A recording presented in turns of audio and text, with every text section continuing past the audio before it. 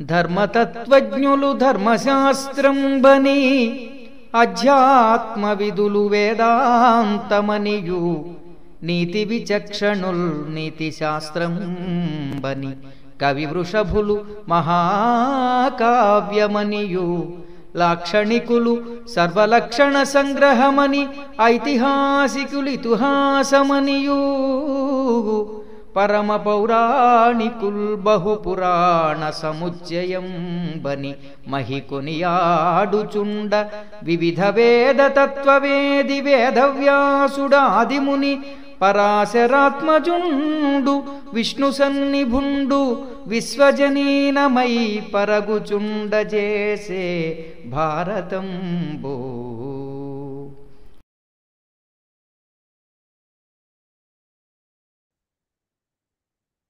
శ్రీ గురుభ్యో నమః. వ్యాస విరచిత శ్రీమద్ భారతంలో మహాభారతంలో ఆది పర్వంలో మనం 254వ అధ్యాయం ప్రవచించుకుంటున్నాం. ఇందులో దేవేంద్రుడు కృష్ణార్జునుడితో యుద్ధం చేయటం అనేటువంటిది ముఖ్యమైనటువంటి విషయాన్ని ప్రస్తావిస్తున్నారు. అంతకుముందు పాఠంలో మనం చెప్పుకున్నటువంటి అంశం ఏంటంటే, మంధర పర్వతాన్ని కూడా తీసుకొచ్చి ఇంద్రుడు అర్జునుడిని సంహరించేటువంటి లక్ష్యంతో అతని మీదకి పడవేయటం అనేటువంటిది జరిగింది. కానీ అర్జునుడు దాన్ని ఎలా ముక్కలు ముక్కలు చేశాడు, వాటితో ఇక్కడ ఖాండవ వనంలో ఉన్నటువంటి జీవులన్నీ కూడా ఎలా భయభ్రాంతులైపోతున్నాయి, ఆ తర్వాత మిగిలినటువంటి జీవకోటినంతా కూడా ఖాండవ వనంలో శ్రీకృష్ణ పరమాత్ముడు ఎలా మట్టు పెట్టాడు. ఎందుకంటే అగ్నిదేవుడికి ఇచ్చినటువంటి మాటను నిలుపుకునేటువంటి ప్రయత్నం ఇదంతా కూడా.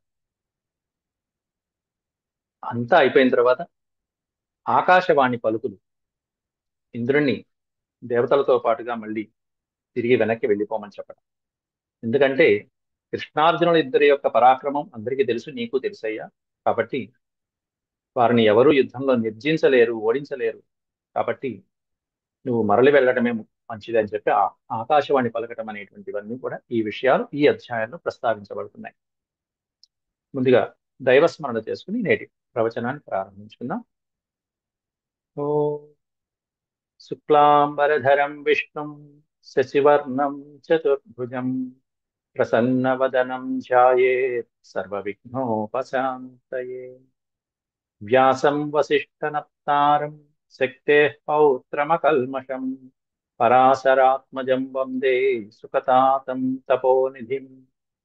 వ్యాసాయ విష్ణురూపాయ వ్యాసరూపాయ విష్ణవే నమో వై బ్రహ్మనిధయే వాసిష్ఠాయ నమో నమః. నారాయణం నమస్కృత్య నరం చైవ నరోత్తమం దేవీం సరస్వతీం నారాయణం నమస్కృత్య నరం చైవ నరోత్తమం దేవీం సరస్వతీం వ్యాసం తతో జయముదీరయేత్. శ్రీ గురు. దేవేషు పరాజితేషు అశరీరవాణి శ్రవణేన ఇంద్రస్య నివృత్తి. దేవతలందరూ పరాజితులైపోయారు కృష్ణార్జునుల యొక్క చేతిలో. చివరి ప్రయత్నంగా వర్షమే కాకుండా కొండల్ని బండరాళ్ళని పెద్ద పెద్ద మందర పర్వతాన్ని కూడా తీసుకొచ్చి వేశాడు ఇంద్రుడు. అయినా వాటిని కూడా తన శర పరంపరలతో తునాతనుకులు చేశాడు అర్జునుడు. చివరికి అశరీరవాణి శ్రవణేన ఆకాశవాణి వాక్కులు విని ఇంద్రుడు తిరిగి వెళ్ళిపోవడం. ఇంద్రస్య నివృత్తి. పలాయమానం మయం హంతుం. మయుడు అనేటువంటి రాక్షసుడు కూడా పారిపోతుంటే హంతముద్యుక్తే శ్రీకృష్ణే. ఓ పక్కన శ్రీకృష్ణుడు సంహరించడానికి ప్రయత్నిస్తున్నాడు, ఓ పక్కనేమో దావాగ్ని. ఎలా రక్షించుకోవటమా అని చెప్పి ఆత్మానం శరణాగతస్య మయస్య అర్జునేన అభయదానం. చివరికి ఆ మయుడు అర్జునుణ్ణి శరణు వేయటం జరిగింది. అర్జునుణ్ణి శరణు వేయడంతో శ్రీకృష్ణుడు అటు పక్కన అగ్నిదేవుడు ఇద్దరు క్షమించడం జరుగుతుంది, విడిచిపెట్టడం జరిగింది. ఖాండవదాహే అపి అశ్వసేనాదీనాం అదాహస్య వైశంపాయనేన కథనం. ఖాండవ వనం దహనం అయిపోయింది, నిరాటంకంగా సాగించాడు ఆ దహనం. 15 రోజుల కార్యక్రమం. చివరికి ఎంతమంది జీవించి ఉన్నారు అనేటువంటిది వైశంపాయనుల వారు జనమేజయ మహారాజుకి చెప్పడం అనేది ఇక్కడ జరుగుతుంది ఈ అధ్యాయం. ముందుగా శ్రీ వైశంపాయన ఉవాచ. వైశంపాయనుడు వారు తథా శైల నిపాతేన భీషితా ఖండవాలయా దానవా రాక్షసా నాగాస్తర వృక్ష వనౌకసః. తథా శైల నిపాతేన అన్నారు. శైలము అంటే కొండ, శైల నిపాతేన అంటే ఆ విధంగా కొండ పడవేయటంతో అన్నట్టు. ఏ విధంగా అనేది పూర్వపాఠంలో మనం చెప్పుకున్నాం. మందర పర్వతాన్ని తీసుకొచ్చి ఇంద్రుడు ఆ అర్జునుడి మీద పడవేయటం, అర్జునుడు ఏమన్నా అత్యద్భుతమైనటువంటి అగ్నికీలల లాంటి శరములతో ఆ మందర పర్వతాన్ని కూడా ముక్కలు ముక్కలు చేసి పారేశాడు. ఆ పడుతున్నటువంటి కొండ ముక్కలు, బండరాళ్ళు ఇవన్నీ కూడా ఆ ఖాండవ ఆలయంలో, ఖాండవ వనంలో అనేకమైనటువంటి ప్రాణుల మీద, జీవుల మీద పడిపోయినాయి. అవన్నీ అంటే కృష్ణార్జునుడు సంహరించకుండానే అర్జునుడే ఇదిగో ఈ బండరాలతో సంహరించేశాడా, ఉపయోగపడ్డాడా, సహాయపడ్డాడా అన్నట్టుగా జరిగింది ఆ సన్నివేశం. అదే ఇక్కడ ఆ బండరాళ్ళు పడుతుంటే ఎవరెవరు భయపడ్డారు అనేటువంటిదంతా ఇస్తున్నారు ఇక్కడ. తథా శైల నిపాతేన భీషితా, భయపడిపోయినటువంటి ఖాండవాలయంలో నివసించినటువంటి ప్రాణులు అన్ని కూడా ఎవరెవరు? దానవ రాక్షస నాగా, దానవులు, రాక్షసులు, నాగులు, అలాగే తరవృక్ష వనౌకశ, అనేకమైనటువంటి జంతువులు మొదలైనటువంటి, అలాగే వనౌకశ వృక్షములు. ఇవే కాకుండా ద్విపా ప్రభిన్నా శార్దూలా సింహా కేసరిణస్తథా మృగాశ్చ మహిషాశ్చైవ శతస పక్షిణస్తథా, వందలాది వేలాది పక్షులు, ఏనుగులు, సింహాలు, పులులు మొదలైనటువంటి అనేకమైనటువంటి మృగాలు, మహిషములు, దున్నపోతులు, వందలాది పక్షులు, ఇవన్నీ కూడా ఆ బండరాళ్ళ కింద పడిపోయి అలా ప్రాణత్యాగం చేసేసాయి. సముద్విగ్నా, పడుతున్నటువంటి ఆ కొండరాళ్ళ కింద వాటి దేహాలు ముక్కలు ముక్కలు అయిపోతాయి. అవి చూస్తూనే ఒక పక్కన ప్రాణాలు వదిలేస్తున్నాయి, ఒక పక్కన. సముద్విగ్నా, ఉద్విగ్నతకి లోనైనాయి అవన్నీ కూడా, భయపడిపోయినాయి. భీషిత అన్నారు అక్కడ. భీషిత అనే పదానికి అర్థం భయపడిపోయినటువంటి ఖాండవాలయంలో ఉన్నటువంటి ప్రాణులన్నీ కూడా సముద్విగ్నా విసస్రువు తథాన్యాభూతజాతయ, తదా అన్యాభూతజాతయ, ఉన్నటువంటి సమస్త ప్రాణులన్నీ కూడా విసస్రువు. ఓ పక్కనే ఉన్న అగ్ని, ఇంకో పక్కనే ఉన్న కృష్ణార్జునుడు, పైనుంచి ఉన్న రాళ్ళ వర్షం. ఆ ఇంద్రుడు సహాయపడతాడు అనుకుంటే వచ్చి మన మీదే బండరాలు కురిపించాడు.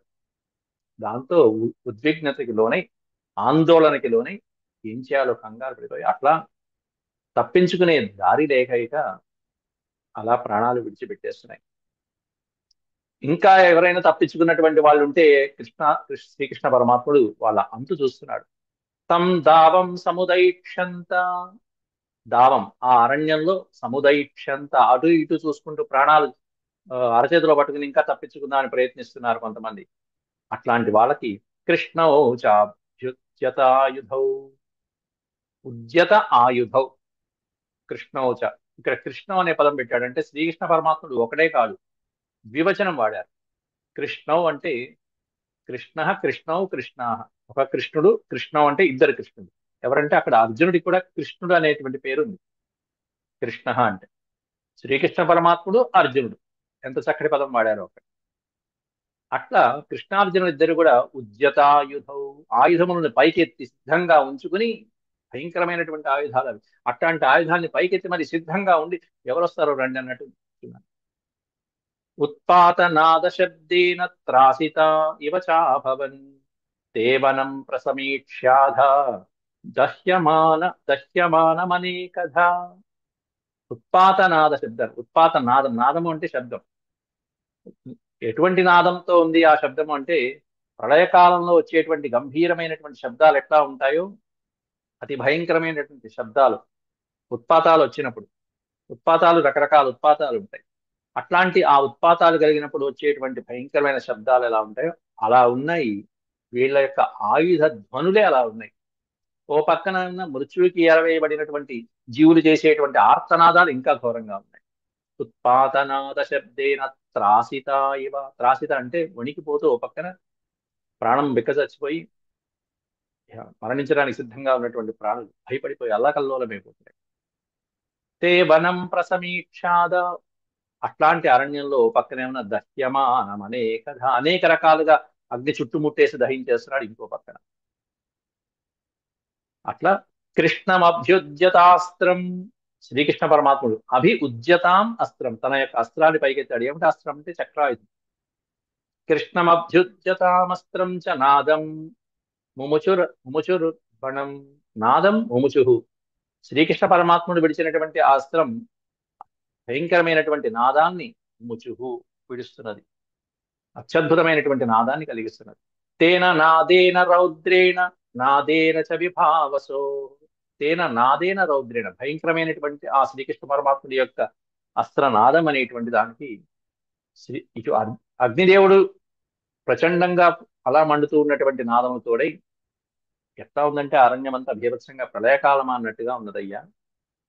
రరాస గగనం కృత్స్నం ఉత్పాత జలధైరివ, జలదము అంటే సముద్రం, జలధైరివ ఉత్పాత జలధైరివ, రరాస గగనం కృత్స్నం, ఇంకా తప్పించుకుందామని ప్రయత్నిస్తున్నటువంటి ఆ ప్రాణులకి, ఆ ఆకాశం మీద ఆకాశ మార్గంలో వెళ్ళిపోదామని ప్రయత్నిస్తున్నటువంటి కొన్ని ప్రాణులు, వాటిని వాళ్ళందరినీ శ్రీకృష్ణ పరమాత్ముడు హతం చేస్తున్నాడు చక్రాయుధంతో. గగనం ప్రరాస, ఆకాశం అంతా కూడా ఈ ధ్వనితో, ఓ పక్కన శ్రీకృష్ణ పరమాత్ముడి యొక్క అస్త్రనాదములతో, ఓ పక్కనేమన్నా అగ్నిదేవుడి యొక్క కీలల యొక్క నాదముతో ఆకాశం అంతా కూడా భయంకరంగా ఉంది. ఉత్పాత జలధైరివ, సముద్రంలో అల్లకల్లోలం సృష్టించబడితే ఎలా ఉంటుందో, ఉత్పాతములు సృష్టించబడితే ఎలా ఉంటుందో అట్లా ఉంది ఆ నాదం. తత కృష్ణో మహాబాహు, ఆ తర్వాత శ్రీకృష్ణ పరమాత్ముడు మహాబాహు, స్వతేజో భాస్వరం మహత్, తన తేజస్సుతో, సూర్యప్రకాశవంతమైనటువంటి తన తేజస్సుతో తన ఆయుధాన్ని, చక్రాయుధాన్ని విడిచిపెడుతున్నాడు మిగిలినటువంటి ప్రాణుల యొక్క శిరచ్ఛేదం చేయడానికి. చక్రం వ్యసృజత్, వ్యసృజత్ అంటే విడిచిపెట్టడం. చక్రం వ్యసృజత్ అత్యుగ్రం తేషాం నాశాయ కేశవ, తేషాం నాశాయ అని ఇచ్చారు ఇక్కడ. వారి నాశనం కోసం. ఎవరి నాశనం అంటే ఇంకా ఎవరైతే తప్పించుకోవడానికి ప్రయత్నిస్తున్నారో, దైత్యులు, రాక్షసులు, అసురులు మొదలైనటువంటి వాళ్ళు ఎవరైతే ఉన్నారో అక్కడ ప్రాణులు, వాళ్ళ నాశనం కోసం శ్రీకృష్ణ పరమాత్ముడు చక్రం యసృజత్ అత్యుగ్రం, అతి ఉగ్రమైనటువంటి తన యొక్క చక్రాయుధాన్ని విడిచిపెట్టాడు. దాంతో గుంపులు గుంపులుగా వెళ్ళిపోతూ అలా తప్పించుకోవడానికి ప్రయత్నిస్తున్నటువంటి నాగులు, అలాగే అసురులు మొదలైనటువంటి వాళ్ళందరూ చక్రాయుధం అలా మొత్తం అందరి శిరస్సుల్ని ఖండించి మళ్ళీ తిరిగి ఆయన చేతికి వస్తున్నది అక్కడ. తేనార్త జాతయ క్షుద్రా సదానవ నిశాచరా, దానవ నిశాచరా, దానవులు అంటే దానవులు, రాక్షసులు, వీళ్ళు ఒక్కొక్క రకాలైనటువంటి జాతులు, వాళ్ళు దితిపుత్రులు దానవులు. దానవ నిశాచరా, రాక్షసులు, దానవులు మొదలైనటువంటి వాళ్ళందరితో కలిపి క్షుద్రాహ జాతయ, క్షుద్రమైనటువంటి జాతులు ఏవైతే ఆ అరణ్యంలో తలదాచుకున్నాయో, క్షుద్ర జాతులు అంటే అల్ప ప్రాణులతో మొదలుకొని సర్పాలు మొదలైనటువంటివి, ఏనుగులు, గరుడులు మొదలైనటువంటివన్నీ కూడా ఈ చక్ర ప్రహారానికి ఆర్తాహ, ఆర్తనాదాలు చేస్తూ చివరికి అసువులు విడిచిపెట్టే, ప్రాణాలు విడిచిపెట్టే. ఎట్లా అంటే నికృత్తా శతశః సర్వా నిపేతురనలం క్షణాత్, ఒక్క క్షణంలో ఆ చక్రాయుధం కాస్త వాటి యొక్క శరీర భాగాల్ని వందల ముక్కలుగా మొత్తం ఖండించి వేసి అగ్నికి ఆహుతి చేసింది ఆ చక్రాయుధం. శ్రీకృష్ణ పరమాత్ముడి యొక్క చక్రాయుధం కాస్త నికృత్తా శతశ సర్వా, వాటి యొక్క సర్వ అంగాలని కూడా వందలాది ముక్కలుగా నికృత్తాహ ఖండించి వేసి నిపేతురనలం, అనలం అంటే అగ్నిదేవుడు, అగ్నిదేవుడికి అలా హుతం చేసినట్టుగా ఒక్క క్షణంలో జరిగిపోయింది. ఆ చక్రాయుధానికి తిరుగులేదని శ్రీకృష్ణ పరమాత్మ అర్జునుడే చెప్పాడు. అట్లాంటి ఆ చక్రాయుధం కాస్త మిగిలినటువంటి దానవుల్ని, సర్పాలని మొత్తం ఖాండవ వనంలో ఉన్నటువంటి జీవకోటిని అంతా కూడా నిర్జీవం చేసి పారేసి. తత్రాదృశ్యంత తే దైత్యాః కృష్ణ చక్ర విదారితాః, అలా శ్రీకృష్ణ పరమాత్ముడి యొక్క చక్రము చేత విదారితాః, ఖండ ఖండాలైపోయి మరణించినటువంటి ఆ దైత్యుల యొక్క దేహాలు తత్రాదృశ్యంత, అదృశ్యంత అంటే కనిపిస్తున్నాయి. అక్కడ ఎలా కనిపిస్తున్నాయంటే వసా రుధిర సంపృక్తాః సంధ్యాయామివతో యదా, సముద్రం దగ్గర అక్కడ సంధ్యా సమయం ఎలా ఉంటుందో, సముద్రం దగ్గర సంధ్యా సమయం, ఎర్రటి నీళ్లు, అలా ఆ సూర్యుని యొక్క ఆ కాంతి పడి, ఎర్రటి కాంతి పడి సముద్రం అలా తెల్లగా ఉన్నటువంటి సముద్రం కాస్త ఎర్రగా ఎలా మారిపోతుందో అట్లా దైత్యుల యొక్క రక్తంతో రుధిర సంపృక్త, కొవ్వు, మాంసము, రుధిరము మొదలైనటువంటి వాటితో కలిసినటువంటి ఆ ప్రదేశం అంతా కూడా ఇలా ఉందిట. సంధ్యాయామివ తోయదా. అయితే పిశాచాన్ పక్షిణో నాగాన్ పశూంశ్చైవ సహస్రశః. అక్కడ ఎంతో మంది జీవకోటిని సంహరించాడు శ్రీకృష్ణ పరమాత్ముడు. పిశాచములు, పక్షులు, నాగములు, పశువులు, ఎన్నో వేలాది పశువులు మొదలైనటువంటి వాటిని ఎన్నో ఎన్నో జీవకోటిని నిఘ్నంతి నిఘ్నంశ్చరతి వార్ష్ణేయ కాలవత్ తత్ర భారత. నిఘ్నంశ్చరతి వార్ష్ణేయ అన్నారు. వార్ష్ణేయ అంటే వృష్ణివంశ వీరుడైనటువంటి ప్రభు అయినటువంటి ఆ శ్రీకృష్ణ పరమాత్ముడు నిఘ్నంశ్చరతి, సంహరిస్తూ చరిస్తాడు మొత్తం ఆ ఖాండవ వనంలో. ఎవరిని? పిశాచములని, పక్షులని, వేలాది పక్షులని, సర్పాలని, ఏనుగులని, అలాగే పశుంశ్చైవ, అనేకమైనటువంటి పశువుల్ని సంహరించాడు శ్రీకృష్ణ పరమాత్ముడు. ఎందుకుని? కాలవత్తత్ర అనే ఒక కారణం చెప్పారు. వాటికి కాలం వచ్చిందంతే, ఎక్స్పైరీ డేట్ అయిపోయింది వాటన్నిటికీ కూడా. కాలవత్తత్ర అంటే కాలము ప్రచోదనం చేయటం వలన, కాల చోదనం అవటం వలన, కాలం ప్రేరేపించిందంతే. ఆ కాలం వచ్చినప్పుడు అవి లయం అయిపోవాల్సిందే. ఆ లయం చేసేది ఎవరై అంటే అది యముడు అవ్వచ్చు, అటు శివుడు అవ్వచ్చు, ఆ శివుడి వీళ్ళ యొక్క ఆజ్ఞతో శ్రీకృష్ణ పరమాత్ముడే అవ్వచ్చు. ఎందుకంటే శివకేశవులకు అభేదం. వీటికి కాలం వచ్చేసింది, తీసేయమన్నాడు అంతే. కాలవత్తత్ర భారత అన్నారు. అందుకని వైశంపాయన వారు భారత అంటే జనమేజయ మహారాజా, కాల ప్రచోదనం వలన, వాటికి తగిన కాలం సమీపించడం వలన శ్రీకృష్ణ పరమాత్ముడు వాటిని అన్నింటినీ సంహరించాడయ్యా. క్షిప్తం క్షిప్తం పునశ్చక్రం కృష్ణస్యామిత్రఘాతిన. శ్రీకృష్ణ స్వామి యొక్క ఆ శత్రువుల్ని సంహరించినటువంటి ఆ చక్రం ఏదైతే ఉందో, ఆ చక్రం పునః మళ్ళీ తిరిగి క్షిప్రం క్షిప్రం వాళ్ళని సంహరించి మళ్ళీ తిరిగి తిరిగి తిరిగి చివరికి శ్రీకృష్ణ పరమాత్ముడి యొక్క చేతికే చేరుతుంది. చిత్వానేకాని సత్వాని పాణిమేతి పునః పునః. ఈయన ప్రయోగించడం, మళ్ళీ తిరిగి ఆయన చేతిని చేరుకోవడం, మళ్ళీ ఈయన సంహరించడం, మళ్ళీ తిరిగి ఆయన చేతిని చేరుకోవడం. పాణి అంటే చెయ్యి. పాణిం ఏతి, ఏతి అంటే సమీపించడం. ఆ పాణిని, ఆ సుదర్శన చక్రాయుధం వెళ్ళి అట్లా ఖండించేసి వాళ్ళందరినీ, సత్వాని ప్రాణులందరినీ కూడా, చిత్వా అనేకాని సత్వాని ఎన్నో ప్రాణుల్ని సంహరించేసి మళ్ళీ తిరిగి ఆయన చేతిని సమీపించిందయ్యా. తథాతు నిఘ్నతస్తస్య పిశాచోరగ రక్షసాన్. అట్లా అనేకమైనటువంటి ప్రాణులని, పిశాచములని, ఉరగ రక్షసాన్ రాక్షసులని, సర్పాలని, తత్తస్య నిఘ్నత అక్కడ ఉన్నటువంటి ప్రాణులన్నీ సంహరించి చివరికి స్వామి చేతిని చేరుకుంది ఆ చక్రాయుధం. అగ్నిదేవుడు ఇచ్చేటప్పుడే దాని యొక్క విశేషణం చెప్పారు. మిగతా అస్త్రాల్లా కాదయ్యా ఈ చక్రాయుధము, సంహరించిన తర్వాత మళ్ళీ తిరిగి నీ చేతికి వస్తుంది, మిగతా బాణాలు అలా రావు. కాబట్టి అట్లాంటి అస్త్ర ఆయుధాన్ని శ్రీకృష్ణ పరమాత్ముడికి అగ్నిదేవుడు ప్రసాదించాడు అక్కడ వరుణుడి ద్వారా, వరుణదేవుడి ద్వారా.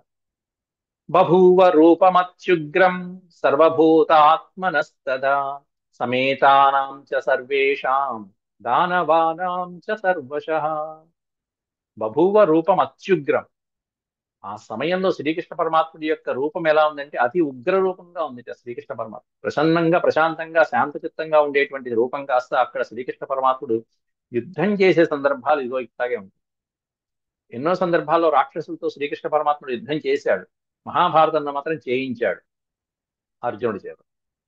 రూపమత్యుగ్రం, అతి ఉగ్రమైనటువంటి రూపాన్ని ధరించాడు. సర్వభూతాత్మనస్తదా, సర్వభూతాత్మనుడు అంటే సమస్తమైనటువంటి భూతాలలో అంతర్యామిగా సంచరించేటువంటి పరమాత్ముడు. అంతర్యామి ఆయన ప్రతి ప్రాణిలోనూ ఉంటాడు, మానవుల్లోనే కాదు, ప్రతి ప్రాణి. సర్వభూత ఆత్మనః, ఆత్మ అంతర్యామిగా ఉండేటువంటి ఆత్మతత్వం అయితే ఎవరైతే ఉంటారో ఆ పరబ్రహ్మ అతి ఉగ్రమైన రూపాన్ని ధరించినటువంటి సంఘటనలు ఇవన్నీ కూడా. మనం పిక్చర్ వేస్తే శ్రీకృష్ణ పరమాత్ముడి యొక్క ఉగ్ర రూపం పిక్చర్ వేస్తే ఎలా ఉంటుందంటే ఇది సమేతానాం చ సర్వేషాం దానవానాం చ సర్వశః. సర్వేషాం దానవానాం, సమస్తమైనటువంటి దానవాళ్ళకి, సమస్త ప్రాణుల దగ్గర అక్కడ వాళ్ళందరినీ సంహరించినటువంటి ఉగ్రమైనటువంటి రూపం శ్రీకృష్ణ పరమాత్ముడి రూపం ఇదిగో ఇక్కడ దర్శనమిస్తుంది. అయితే విజేత నాభవత్ కశ్చిత్ కృష్ణ పాండవయో వృధే తయోర్ బలాత్ పరిత్రాతుం తం చ దావం యథాసురా. తయోర్ బలాత్ పరిత్రాతుం అంటే తయోహ అనే పదానికి అర్థం వీరిద్దరి యొక్క కృష్ణార్జునుల యొక్క బలము నుండి పరిత్రాతుం రక్షించడం అనేటువంటిది మరొకరికి సాధ్యం కానే కావట్ల. ఈ దానవులు గాని లేకపోతే ప్రాణులు గాని మమ్మల్ని రక్షించండి నాయన అని వేడుకుందామంటే ఇంకొకరు దిక్కే లేదు. ఎందుకంటే వీళ్ళిద్దరిని జయించేటువంటి నాథుడు ఇంకొకడు లేడు. విజేత నా అభవత్ కశ్చిత్ నా అభవత్, ఒక్కడు కూడా లేడు వీళ్ళని జయించేటువంటి వాడు. విజేత నాభవత్ కశ్చిత్ కృష్ణ పాండవయోర్మృధే, యుద్ధంలో వీళ్ళిద్దరిని జయించేటువంటి వాడు మరొకరు లేనే. ఇంకా ఎవరిని శరణు వేడతారు వీళ్ళు ఈ అరణ్యంలో వాళ్ళు? తయోర్బలాత్ పరిత్రాతుం, వీళ్ళ బలం నుండి రక్షించడానికి సంచ దావం యథాసుర. పోని దేవతలు ఏమన్నా రక్షిస్తారా? దేవతలు భక్తి మార్గంలో వేడుకుందామంటే ఆ దేవతలే పారిపోయారు కళ్ళ ముందు, వీళ్ళందరి కళ్ళ ముందు వచ్చేశారు. ఏదో ఇంకేముంది కొట్టేస్తాం చంపేస్తాం అన్నట్టుగా వచ్చేశారు. ఒకే ఒక్క శ్లోకంలో చెప్పేశారు వ్యాసులు వారు, వీళ్ళతో యుద్ధం అనవసరం అని చెప్పేసి. అట్లా వచ్చారు, అలా ఓడిపోయి వెళ్ళిపోయారు అయ్యా అన్నారు వ్యాసులు వారు. చాలా సున్నితంగా చెప్పేశారు. తంచ దావం యథాసు, ఆ దావాగ్ని నుండి రక్షించడానికి దేవతలకు కూడా సాధ్యం కాలేదు. ఇంకెవరు శరణు వేడితే వీళ్ళనే శరణు వేడాలి, కృష్ణార్జునునే శరణు వేడాలి. నా శక్నువం శమయితుం తదా భూవన్ పరాంగుఖాః తదా అభూవన్ పరాంగుఖ అంటే వెనక్కి తిరిగి వెళ్ళిపోవడం. దేవతలే వీళ్ళని జయించలేక పరాంగుఖులైపోయారు, వెనక్కి తిరిగి వెళ్ళిపోయారు, వెన్ను చూపించారు. నా అశక్నువన్, శక్నువన్ అంటే సాధ్యము అని అర్థం. నా అశక్నువన్ శమయితుం, వీళ్ళ యొక్క క్రోధాగ్నిని శమింపజేయడానికి శాంతింపజేయడానికి సాధ్యం కాక దేవతలైనటువంటి వాళ్ళే వచ్చి అలా తదా అభవన్ పరాంగుఖ వెళ్ళిపోయారే. పోనీ ఇంద్రుడు ప్రయత్నించాడు, ఇంద్రుడి వల్ల ఏమన్నా అయిందా? అనేకమైన మేఘాలు అన్నాడు, వర్షాలు అన్నాడు, రాళ్ళు బండలు కొండరాళ్ళు అన్నాడు, మందర పర్వతం అన్నాడు, అన్ని చూస్తున్నాయి. ఇంకెవరికి పట్టుకోవాలి? శతక్రతుస్తు సంప్రేక్ష్య విముఖాన్ అమరాంస్తథా.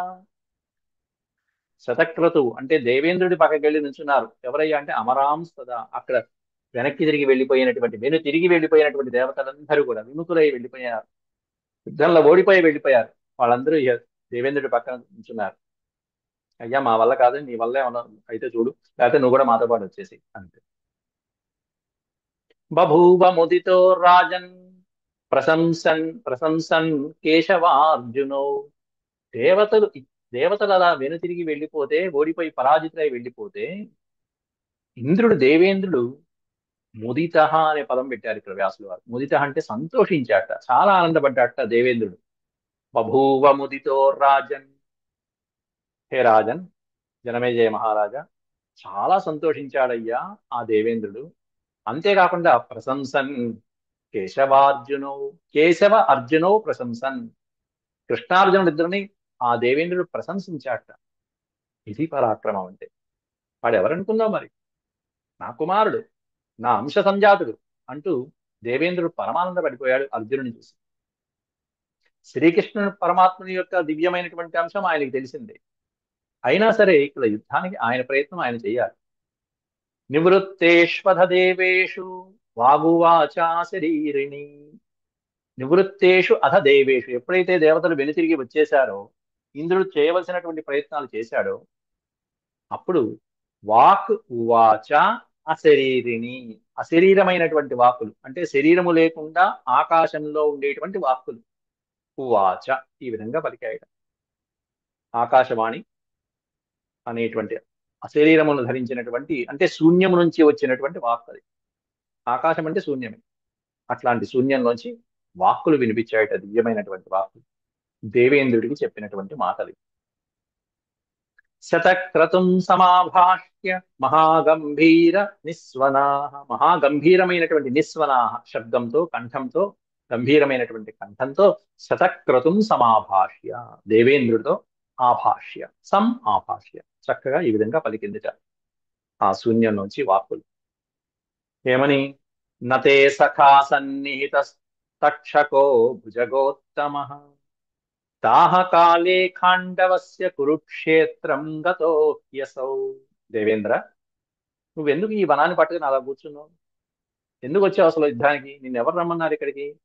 పోనీ నీ స్నేహితుడు ఏమైనా తక్షకుడు ఇక్కడ ఉన్నాడా? ఇక్కడ లేడు కదా. ఆ తక్షకుడు ఎక్కడున్నాడు? కురుక్షేత్రం వెళ్ళిపోయి ఉన్నాడు. నువ్వెందుకు కంగారు పడి వచ్చావు ఇక్కడికి? తే సఖ, సఖ అంటే స్నేహితుడు. తే సఖ సన్నిహిత తక్షక భుజగోత్తమ న సన్నిహిత. భుజగోత్తముడైనటువంటి తక్షకుడు నీ స్నేహితుడు న సన్నిహిత, ఇక్కడ లేడు కదా. దాహకాలే, ఖాండవస్య దాహకాలే, అగ్నిదేవుడు ఖాండవ వనాన్ని దహించే ఈ సమయంలో నీ స్నేహితుడు ఇక్కడ లేడు కదయ్యా. కురుక్షేత్రంలో హాయిగా ఉన్నాడు, క్షేమంగా ఉన్నాడు. కురుక్షేత్రంలో క్షేమంగా ఉన్నాడు. కురుక్షేత్రం గతో హ్యసౌ. ఆ కురుక్షేత్రం వెళ్ళి హాయిగా సంతోషంగా ఉన్నాడు, క్షేమంగా. నువ్వెందుకు ఇంత కంగారు పడొచ్చావు? ఎవరితో యుద్ధం చేస్తున్నావు అనుకున్నావు? నువ్వు వాళ్ళిద్దరు ఎవరనుకున్నావు? నచ శక్యౌ యుధా జేతుం కథంచిదపి వాసవ. యుధ అంటే యుద్ధమునందు, జేతుం న శక్యౌ, వీళ్ళిద్దరూ ఎట్లాంటి వాళ్ళంటే జయింప శక్యము కానటువంటి వాళ్ళు. నా శక్యౌ, వీళ్ళిద్దరిని యుద్ధంలో జయించడం సాధ్యం కానే కాదు. కదంచిదపి, ఎట్టి పరిస్థితులను నీ వల్ల కాదు అంటూ. వాసవ, ఓ ఇంద్ర, యుద్ధంలో వీళ్ళని జయించడం అశక్యం నాయన. ఎందుకంటే వాళ్ళిద్దరూ ఎవరనుకున్నావు? వాసుదేవార్జునావేతౌ నిబోధ వచనాన్మమ. వాళ్ళిద్దరూ వాసుదేవార్జునుడు, కృష్ణార్జునుడు. మమ వచనాత్ నిబోధ, నా మాట విను అంటూ ఆకాశవాణి బుజ్జగిస్తుంది ఇంద్రుడిని. నిబోధ వచనాన్మమ, నా మాట విను ఆయన.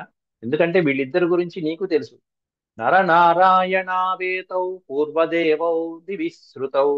దివి అంటే దివ్యలోకమునందు, స్వర్గలోకమునందు ప్రసిద్ధిగాంచినటువంటి పూర్వదేవులు వీళ్ళు. పూర్వదేవులు అంటే అందరికంటే ముందు పుట్టినటువంటి వాళ్ళు. పూర్వదేవౌ అంటే పూర్వజన్మలో దేవతలు వీళ్ళు. ఈ జన్మలో ఇట్లా పుట్టారు కానీ అవతార పురుషులు. పూర్వజన్మలో దేవతలు వీళ్ళు. పూర్వదేవౌ, పూర్వజన్మలో. ఎవరు వాళ్ళు? నరనారాయణావేతౌ ఏతౌ నరనారాయణ. వీళ్ళిద్దరు నారాయణులిద్దరు. శ్రీకృష్ణుడు నారాయణుడు అయితే అర్జునుడు నరుడు. భవానప్య అభిజానాతి, ఈ విషయం నీకు తెలుసు, తెలిసి కూడా వచ్చావు ఏమిటో దేవతలు నేర్చుకుని. భవాన్ అపి అన్నారు. భవాన్ అపి అంటే నీవు కూడా. అభిజానాతి యద్వీర్యౌ యత్ పరాక్రమౌ. యత్ వీర్యౌ, ఎవరి పరాక్రమం, ఎవరి వీర్య పరాక్రమాలు ఎట్లా ఉంటాయో, ఈ నరనారాయణ ఇద్దరు ఎట్లాంటి వాళ్ళు నీకు తెలుసు. వాళ్ళిద్దరు మహా ఋషులు. ఆ బదరీవనంలో కొన్ని వేల సంవత్సరాలు తపస్సు చేసినటువంటి వాడు. నైతౌ శక్యౌ దురాధర్షౌ విజేతుమజితౌ యుధి. యుద్ధంలో వీళ్ళని జయించడం అనేటువంటిది ఎట్లాంటి వారికైనా సరే నా ఏతౌ శక్యౌ, వీళ్ళని ఓడించడం ఎవరి తరం కాదు, అసాధ్యమైనటువంటి వాళ్ళు వీళ్ళిద్దరు కూడా. అపి సర్వేషు లోకేషు పురాణ ఋషి సత్తమౌ. పురాణ ఋషి సత్తమౌ అన్నారు. వీళ్ళిద్దరు కూడా పురాణ పురుషులు. పురాణము అంటే ప్రాచీనమైనటువంటి ఋషులు. సర్వేషు లోకేషు తెలుసు, అన్ని లోకాలకి తెలుసు వీళ్ళిద్దరు కూడా ఎట్లాంటి వాళ్ళు అనేది. అన్ని లోకాల్లో సుప్రసిద్ధమైనటువంటి పురాణ ఋషి సత్తములు వీళ్ళు, మహర్షులు. అటు నరపర్వతం, ఇటు నారాయణ పర్వతం అని బద్రీనాథులో ఉంటాయి. ఆ పర్వతాల మీద కూర్చుని కొన్ని లక్షల సంవత్సరాలు తపస్సు చేసిన ఋషి సత్తములు ఎట్లా తపస్సు చేశారంటే శరీరము శుష్కించిపోయి చివరికి ఎముకలు మాత్రమే కనిపించే మహాతపస్సు, కఠోరమైనటువంటి తపస్సు చేసినటువంటి ఋషి సత్తములు వీళ్ళిద్దరు. అట్లాంటి నరనారాయణులు ఇదిగో దైవ కార్యం మీద ఇక్కడికి వచ్చారు. తెలిసిందే కదా నీకు ఇది. కాబట్టి వీళ్ళిద్దరూ ఇట్లా యుద్ధంలో ఇబ్బంది పెట్టదగినటువంటి వాళ్ళు కాదయ్యా, పూజించదగినటువంటి వాళ్ళు. పూజనీయతమావేతౌ అపి సర్వై సురాసురై. సుర అసురై అంటే దేవతల చేత, అసురుల చేత, సురుల చేత, అసురుల చేత, సర్వై అందరి చేత కూడా వీళ్ళు పూజనీయులైనటువంటి వాళ్ళు. పూజనీయౌ ఏతౌ అంటే గౌరవించబడి, పూజించడానికి అర్హత కలిగినటువంటి వాళ్ళు వీళ్ళిద్దరు. యక్ష రాక్షస గంధర్వ నర కిన్నర పన్నగై తస్మాదిత సురై సార్ధం గంతుమర్హసి వాసవ. హే వాసవ, కాబట్టి తస్మాత్ ఇతః, ఇతః అంటే ఇక్కడ నుండి నువ్వు సురక్షితంగా నువ్వు వెళ్తే నీ గౌరవం నీకుంటుంది నాయన. ఎట్లా? సురై సార్ధం, నువ్వు తీసుకొచ్చినటువంటి సురులతో పాటుగా, దేవతలతో పాటుగా గంతుమర్హసి, క్షేమంగా వెళ్ళిరా నాయన. చేసిన ఘనకార్యం చాలు, ఇంకా వెళ్ళిరా నాయన. వాసవ గంతుమర్హసి సురైః సార్ధం ఇత, ఇక్కడ నుంచి వచ్చిన వాడు వచ్చినట్టుగా గౌరవాన్ని నిలుపుకుని వెళ్ళిపో, ఇంకా ఇక్కడే ఉంటే నీ గౌరవం ఏమవుతుందో నేను చెప్పలేను అని చెప్పి ఆకాశవాణి చక్కగా పలికింది. యక్ష రాక్షస గంధర్వ నర కిన్నర పన్నగై సురాసురై పూజనీయౌ, ఇట్లాంటి సమస్తమైనటువంటి ప్రాణుల చేత పూజించదగినటువంటి వాళ్ళయ్యారు వీళ్ళు. కాబట్టి ఇక్కడి నుంచి నువ్వు వెళ్ళిపో అంటూ గౌరవంగా ఆకాశవాణి ఇంద్రుడికి ఓ చురక అంటించింది మొత్తానికి. జాగ్రత్తగా చక్కగా మంచి మాటలు హితవు పలికింది. హితవు పలికినట్టే పలికి వెళ్ళకపోతే ఇంకేం జరుగుతుందో ఆయన వెళ్ళిపో అని చెప్పి దిష్ట్యం చాప్యనుపశ్యేత ఖాండవస్య వినాశనం. ఇంకో మాట కూడా చెప్పింది. దిష్ట్యం, దిష్టం అనే పదానికి అర్థం ఏంటంటే దైవవశాత్తు. ఈ ఖాండవ వనదహనం అనేటువంటి వినాశనం అనేటువంటిది ఎందువల్ల జరిగిందంటే దైవవశాత్తు జరిగిందనుకో, ఇది దైవ కార్యంగా భావించు నువ్వు. దిష్టం చాప్యనుపశ్యేతత్, అనుపశ్యేతత్, అలా గ్రహించు నువ్వు, అలా చూడు, దైవ కార్యం అని చూడు. బ్రహ్మదేవుడు సాక్షాత్తు ఆజ్ఞాపించాడు అగ్నిదేవుడికి, అలాంటిది నువ్వు ఎలా కాదంటావు? నువ్వు ఎలా వచ్చి యుద్ధం చేస్తున్నావు అసలు నువ్వు? కాబట్టి ఇదంతా దిష్టమే, అంటే దైవ ఆజ్ఞ ప్రకారం జరుగుతున్నది. దిష్టం చాప్యనుపశ్యేతత్ ఖాండవస్య వినాశనం ఇది వాక్యముపసృత్య తథ్యమిత్యమరేశ్వర. ఆ మాటలు విని ఉపసృత్య తథ్యం, అలాగే అని చెప్పి అమరేశ్వరుడైనటువంటి దేవేంద్రుడు అక్కడి నుంచి ఇక నిష్క్రమించాడు. క్రోధామర్షౌ సముత్సృజ్య, సముత్సృజ్య అంటే విడిచిపెట్టి, క్రోధ అమర్షలు విడిచిపెట్టి, ఆయనలో ఉన్నటువంటి అసూయ ద్వేషాలు మొదలైనటువంటివన్నీ విడిచిపెట్టి సంప్రతస్తే దివం తదా, సంప్రతస్తే దివం, దివం అంటే స్వర్గలోకానికి, తన లోకానికి తాను బయలుదేరి వెళ్ళిపోయాడు దేవతలతో పాటు. తం ప్రస్థితం మహాత్మానం సమవేక్ష్య దివౌకసః, అలా వెనుతిరిగి బయలుదేరినటువంటి ఇంద్రుణ్ణి, మహానుభావుడైనటువంటి ఇంద్రుణ్ణి సమవేక్ష్య చూసి దివౌకసః, మిగిలిన దేవతలు కూడా ఆయన వెనకాలే ప్రయాణం సాగించారు. దివౌకసః అంటే దేవతలు, సమవేక్ష ఇంద్రుడు వెనుతిరిగి వెళ్ళటం చూసి దేవతలందరూ కూడా సహితా సేనయా రాజన్ అనుజగ్ముః పురందరం, పురందరం అనుజగ్ముః అనుంది. అనుజగ్ముః అంటే అనుసరించడం. ఆ దేవేంద్రుని దేవతలందరూ అనుసరించారట. ఎట్లా? సేనయా సహిత, వాళ్ళ వాళ్ళ సేనలతో పాటుగా వచ్చినటువంటి సైన్యం అంతా కలిసి దేవేంద్రుడితో పాటు వెనుతిరిగి వెళ్ళిపోయింది. దేవరాజం తదాయాంతం సహ దేవైర్ అవేక్షతు వాసుదేవార్జునౌ వీరౌ సింహనాదం వినేదతు దేవరాజే గతే రాజన్ ప్రహృష్టౌ కేశవార్జునౌ. దేవరాజం తదాయాంతం, అలా వెళ్ళిపోతున్నటువంటి దేవరాజు అయినటువంటి ఇంద్రుణ్ణి, అందులో దేవతలతో పాటుగా వెళ్ళిపోతున్న దేవేంద్రుని చూసి వాసుదేవార్జునుడు వీరులైనటువంటి వాళ్ళు సింహనాదం వినేదతు, పెద్ద సింహనాదం చేశారు. ఆనందంతో పెద్దగా హాయిగా సింహనాదాలు చేస్తూ దేవరాజే గతే, ఆ దేవరాజైన దేవేంద్రుడు వెళ్ళిపోవడంతో పరమానంద భరితులైపోయారు కృష్ణార్జునుడు. ప్రహృష్ట మనసహ కేశవార్జునౌ, పరమానంద భరితులైపోయి ఒక్కసారి సింహనాదం చేసి ఇక అగ్నిదేవుడికి ఇచ్చిన మాట మనం నిలబెట్టుకున్నాము అని చెప్పి సంతోషించారు. దేవతలతో యుద్ధం ఒకటి, ఇంద్రుణ్ణి కూడా జయించడం ఒకటి, అందులో ఇచ్చిన మాట నిలబెట్టుకోవటం ఒకటి, వీటితో పరమానంద భరితులైపోతున్నారు కృష్ణార్జునుడు.